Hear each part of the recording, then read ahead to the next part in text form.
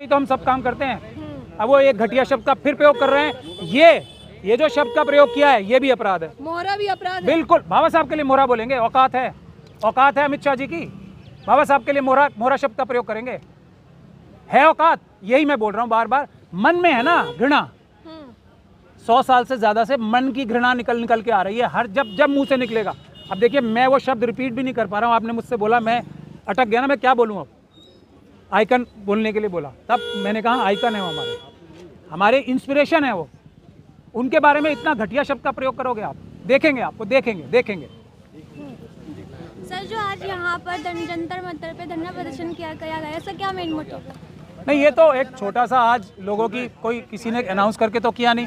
अब ये अमित शाह जी ने और आरएसएस ने, बीजेपी ने सारे देश में एक ऐसी, और दिल्ली भर में पूरी ऐसी एक रोक लगा दी है कि कहीं आप प्रदर्शन ही नहीं करोगे।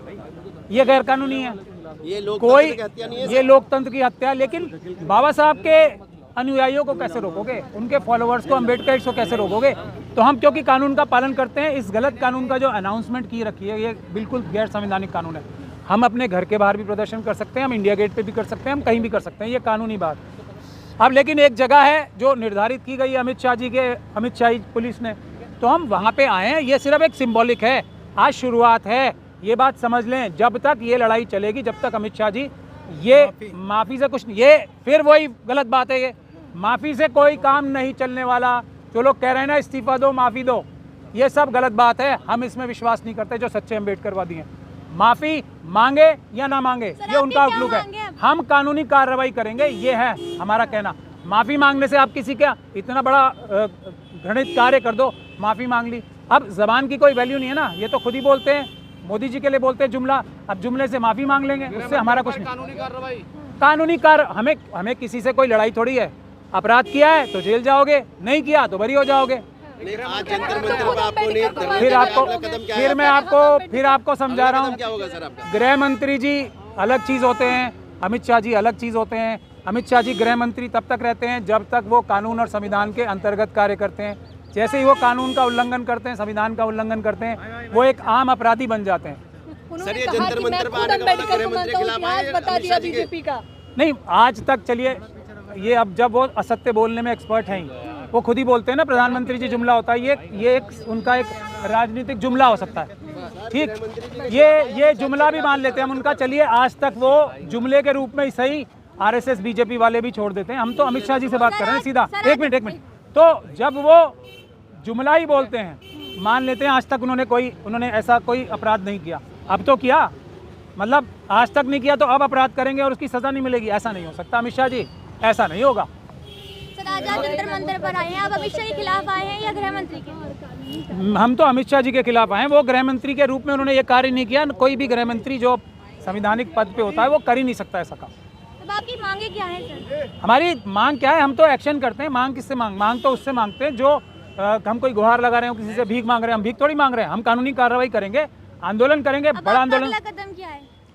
अगला कदम चल रहा है ना, जो सबसे बड़ी लड़ाई है, जो चुनाव में चोरी की मशीन है, उसके साथ साथ एक मुख्य बिंदु ये भी रहेगा कि अमित शाह जी जेल जाएंगे।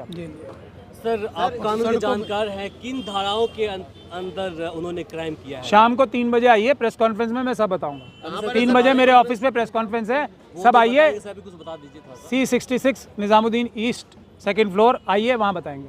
सर, आपकी लड़ाई सरकार से है या पुलिस से है अभी फिलहाल? हमारी किसी से लड़ाई नहीं है। पुलिस ने क्यों रोका सर? पुलिस, देखिए, पुलिस जो है, भ्रष्ट पुलिस अधिकारियों को अमित शाह जी अपने अलग अलग जगह, आपने वो कपिल मिश्रा जी की वो एक सुनी है वीडियो जो उन्होंने दिल्ली की असेंबली में चलाई थी? भ्रष्ट पुलिस के अधिकारियों का इस्तेमाल, और सुब्रमण्यम स्वामी जी ने उस महिला का नाम भी बता दिया, हालांकि नहीं बताना चाहिए था, बता रहे हैं वो अमेरिका में छुपी हुई हैं। तो उनके पीछे पूरा का पूरा एंटी टेरर सेल लगा रखा था ना अमित शाह जी ने। तो ये भ्रष्ट पुलिस के अधिकारियों को इंपॉर्टेंट प्लेसेस पे लगाते हैं, उनसे फिर गैरकानूनी काम कराते हैं। ये जो पुलिस कर रही है इस वक्त, ये पूरी तरीके से अपराध है और गैरकानूनी है। लेकिन ये अमित शाह ही पुलिस अधिकारी हैं, ये बाबा साहब डॉक्टर भीमराव अंबेडकर के संवैधानिक पुलिस अधिकारी नहीं है। ये बात मैं ऐलान कर रहा हूँ, और एक ना एक दिन इन अमित शाही अपराधी पुलिस ऑफिसर्स को भी सजा भुगतनी पड़ेगी संविधान के तहत। सर संदेश क्या देना चाहेंगे आप सरकार को और पुलिस को? सर अमित शाह को जो है इस्तीफा चाहिए हम लोगों को। सब बीजेपी कह रही है कि हमने कभी संविधान को बदलने का प्रयास नहीं किया, खामखा अभी जो है ये मुद्दा है ही नहीं। मैं मुद्दे से भटकने वाला आदमी नहीं हूँ। मुद्दा ये भटकने की बात नहीं है, ये मुद्दे से भटकाने वाली बात है। हाँ, चूमते हैं मोदी जी मैं ये पेड़ मुकद मैं कहते हैं कि विपक्ष अमित शाह जी ने सफाई दी लेने के लिए तो कहा है बस। जी जी जी ये भगवान का नाम लेने के लिए तो मैंने आपको बोला है भगवान का नाम लेने से मुझे कोई तकलीफ है। एक मिनट मैं ही बोल लूँ या आप ही बोल लो, आ जाओ। जिस समाज हमें एक मिनट हमने किसी को मना किया है भगवान का नाम लेने से?